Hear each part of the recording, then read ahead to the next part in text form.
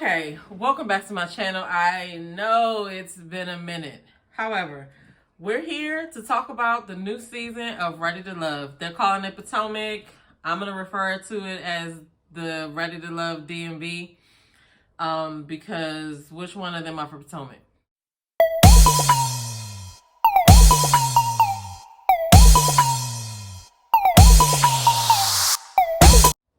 I don't know. Everybody's faces aren't stuck with their names yet, but I do remember my favorites. But I'm going to put the pictures up as I talk about them as well, so you guys can remember the names as well. So this is not going to be in any particular order. I am going to just kind of talk about the people as they appeared, and then I'll kind of get to the things that stood out to me. So first I want to talk about like the differences in this season versus last season. So obviously they're starting with less people this season. They only have 7 women and 7 men to start out. But we all know that Tommy has his curveballs. They already talking about these blind dates that they're going to have to go on or whatever. So I feel like they're going to introduce, it's still going to end up being, well, let's see. Last season when they brought on the extra couples, the extra people, ended up being a total of 22 people. So if they're gonna do that this season, are they gonna stop at 20, which would only be 6 other cast members, or are they gonna do 8 cast members? Like, I don't know. But I feel like it's gonna be some double eliminations. We don't know who has the power first. I didn't catch that part. If you guys know who has the power first, men or women, this next elimination, comment down below. Everybody is talking about how crazy it is that they eliminate somebody on that first night, because those people that get eliminated never have enough time to really get to make connections, right? But I also thought about it a little differently as well. Like, let's say they didn't eliminate on the first night. Either way, 2 people still have to go. So it's going to be like a blower anyway, because the 2 people that have to go, regardless of whether they get cut the first day or the second day or 3 days in, they still did not get as much time as I'm sure they still would want more time, right? But I feel like they have to do this first elimination on the day 1, because that sets the tone for the whole season. That right there, just knowing that you go in and you could get cut that first day, that changes everybody's attitude. Like, people will be more, it's kind of like the work that you have to do. If you have work to do and your deadline is on Saturday and it's Monday, you might not wait until Saturday to do the work, but you're not going to be as focused on it, as you're not going to be as focused on finishing it on Monday if it's due on Saturday. But if you knew that it was due on Tuesday, you would get right down to work, knock it out, bang it out. So I don't know. I'm one of those people that I really don't think that they should stop cutting people the first night. But what I think should happen before that is that they should have a speed dating situation, so that at least before the people get cut, they've had a chance to put themselves in front of everybody. Especially since they started with less people this season, that would have been a good thing to do. I mean, they already know that Sean from last season does speed dating things. They could have already implemented that. You know what I'm saying? But whatever, we'll see what happens. But other than that, I do have a different feeling about this season, even though it just started, like, last season just seemed kind of like so such a roller coaster for us all. I'm pretty sure the cast feels the same way, but it's like something about this cast. It's not just, new people. It's just something about this cast, it's like, as a collective, I sense a little more sexual energy. But no, just overall, like, I'm liking some of the girls' swag. I'm liking some of the guys' swag. Like, as a whole, this is a great, I think this cast is going to be interesting. So first, we're going to start out with Paul.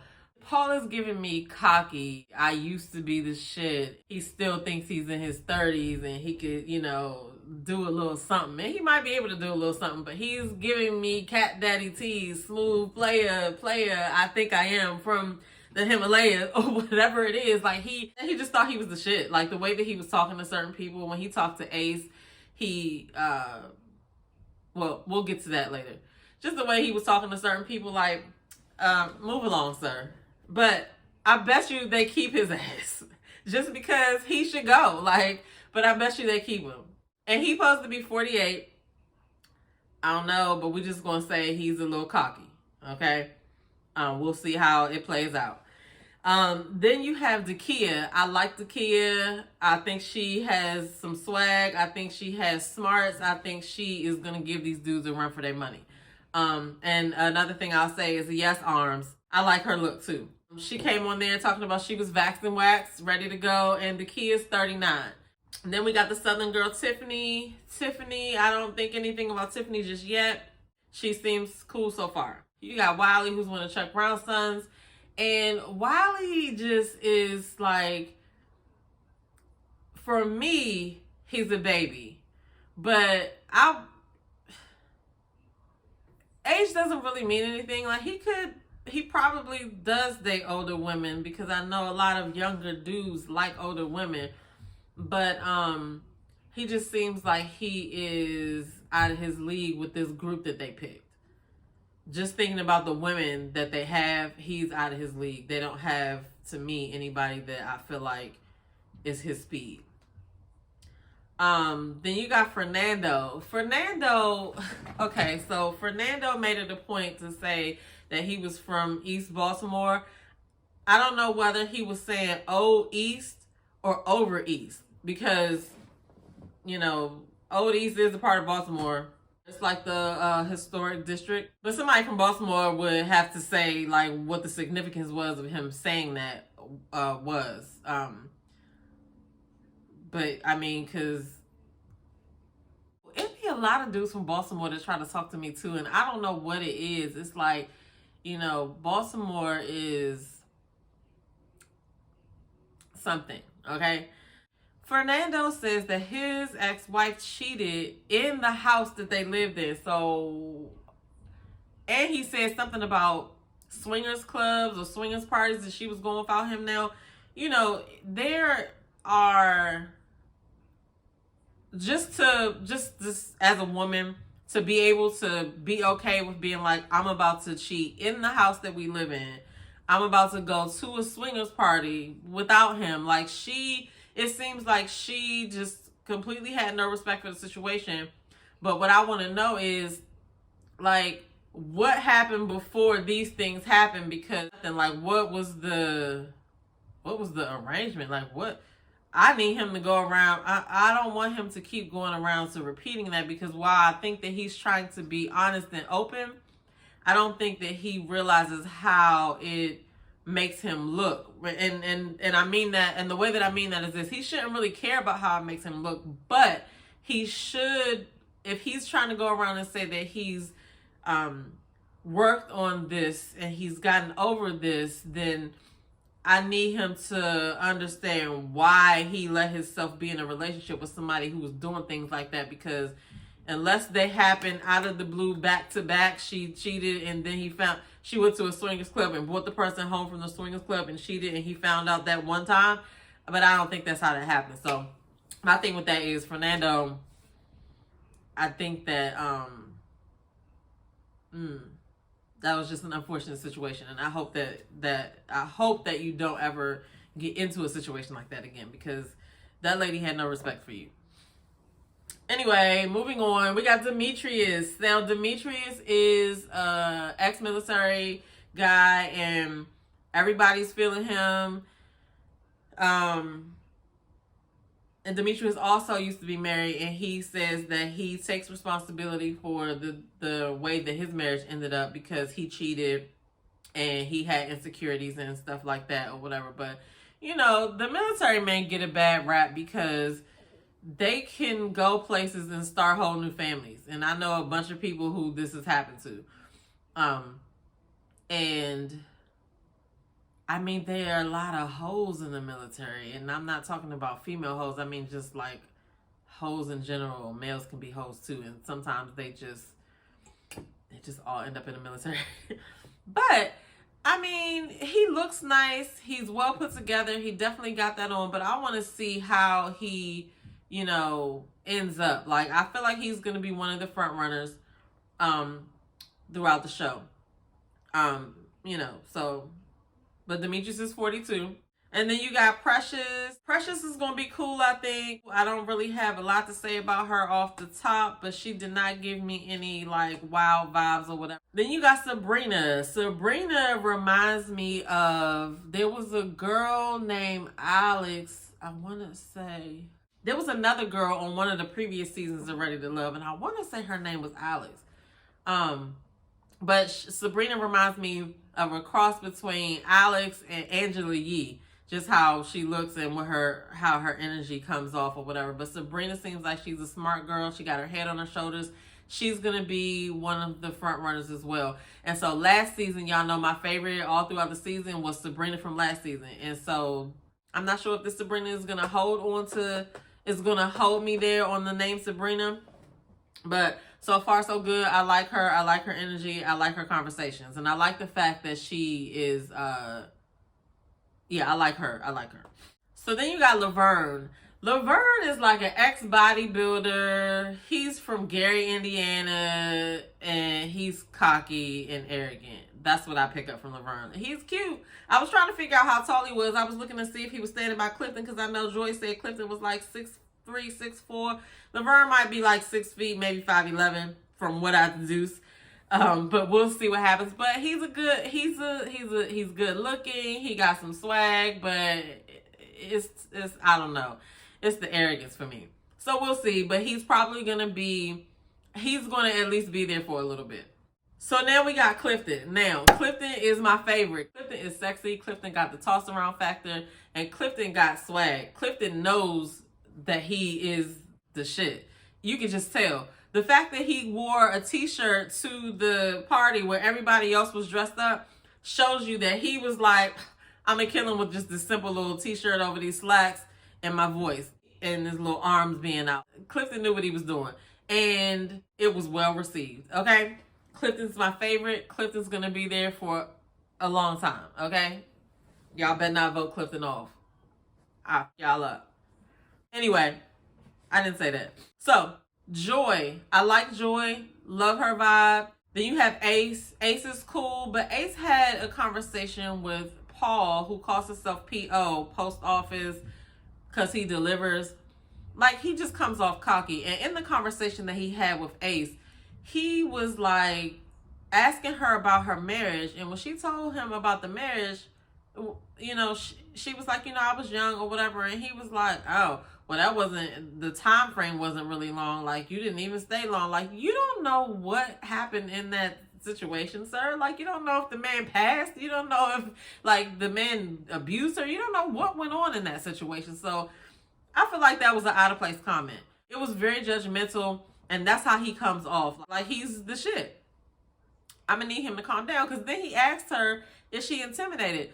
What are you hoping to get from this answer? If she said yes, I mean, she's a woman and you're a man. Like, what is happening here?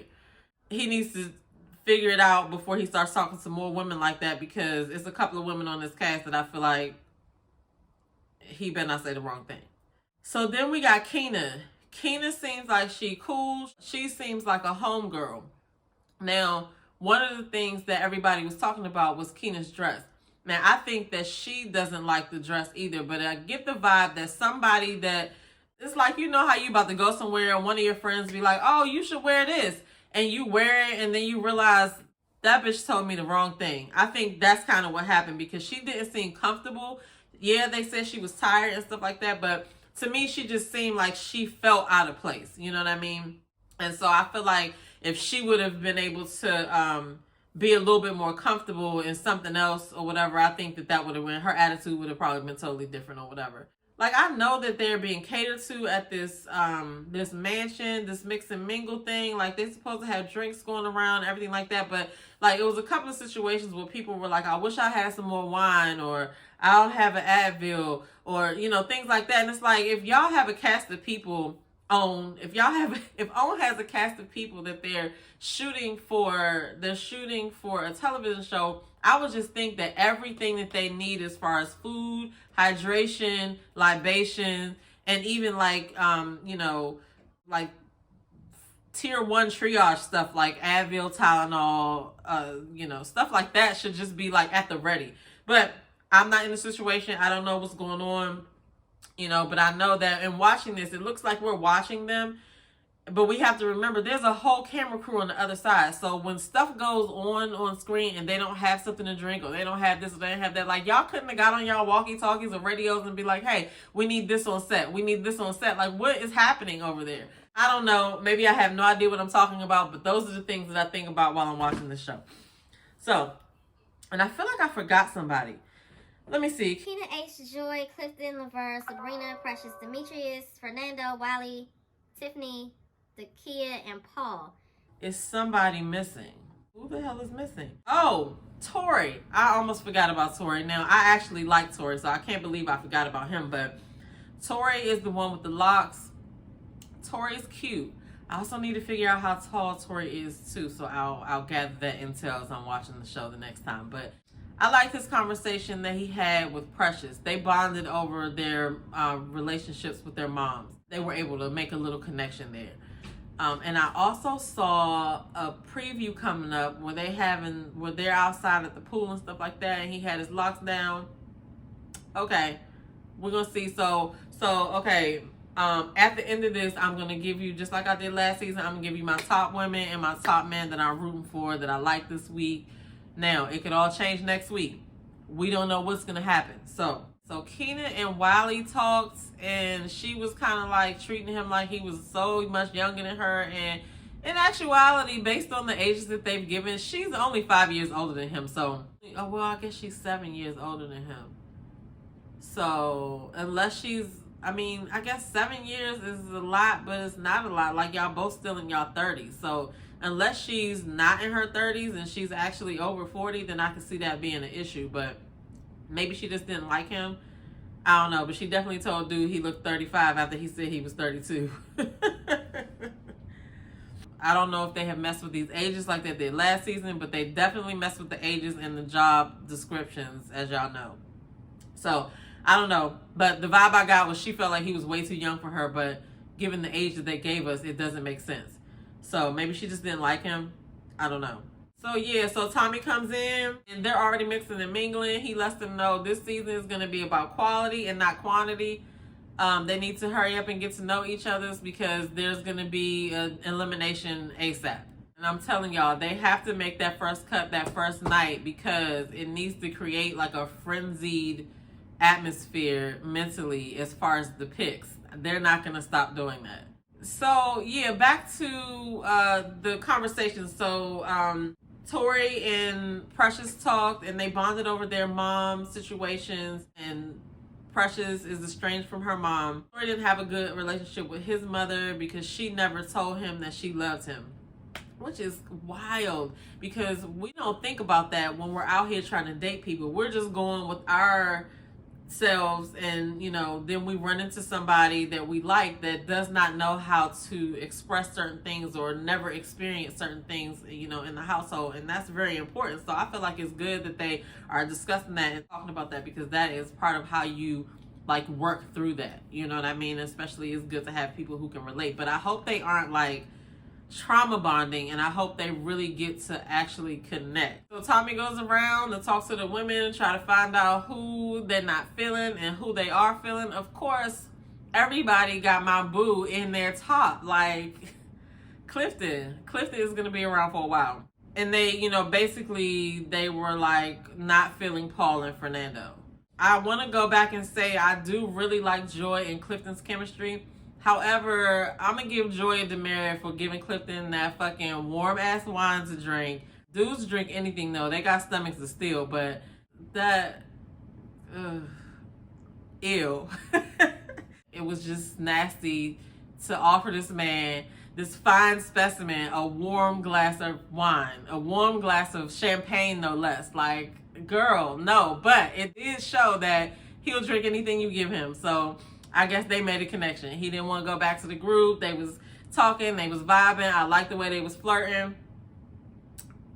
They're going to be good. I think they're going to stick around for a while. So Tommy brings them together and he asked them, how did he do? And they said he did good. I think he did good with the cast this season as well. So he lets them know It's time for somebody to go home. And you probably guessed that Fernando goes home. And honestly, I feel like that was okay. I do. I mean, it's not like they're going to not get to talk to anybody. It's just that right now, right here, it's not nobody here for you right now. So now he sends them off to mix and mingle some more because one other person is going home, and this time it's going to be a woman. Y'all probably already guessed that it's going to be Keena because of the way that the whole thing was edited and how she looked. Only the cast members and the people who were at the mansion know how stuff really went down. We're watching the story that production wants us to see. So, like I said, I think somebody else dressed her and she wasn't comfortable, and she might not have even really been feeling the whole thing to begin with. So I don't know. That was just the vibe I got from her or whatever. But so now it's the guys' turn to tell Tommy who they feeling, who they not feeling. And Sabrina and Dakia, everybody likes. They're in a lot of people's top ones. I think Clifton likes Dakia and Joy. I think those are two good connections for him. But the guys were saying that they didn't get to connect with Keena or Ace. Now, Ace is the one that was married before, and Paul asked her, was she intimidated? So she also does yoga and stuff like that. So she gets to stay, so we'll see what happens in the next episode. I don't know whether he's going to bring these blind dates ASAP or what. But the guys say that they didn't connect with Keena or Ace, but they put Tiffany and Keena in the bottom. And Keena goes home. So overall, I like the first episode. I like the new faces. I like the vibes that I'm getting. I see a little bit of swag. I don't see no like last season, I was already talking about how silly Camille was. Corey was tripping. It was just a bunch of different things that they pointed our attention to last season in the beginning that I didn't see this season. This season, it seems like, you know, like Cadillacs, white walls, white parties, I'm getting like a grown and sexy vibe for this season. Not to say the last cast wasn't grown and sexy, but it's something about this season that gives me like a like a bomb ass cabaret vibe. Anyway, we'll see what happens. We'll see. But what I want to know is, who is going to have the power next week? The men or the women? When is the first curveball coming? I think we already know it's going to be blind dates, but it's no telling. Who do y'all like so far? My top men are, so I like Clifton, I like Tori, and I'm stick Laverne on there. And for the girls, I like Joy, I like Sabrina, and I like Dakia. Comment down below. Tell me who you like. Can you remember their name so far? What do you expect for this season?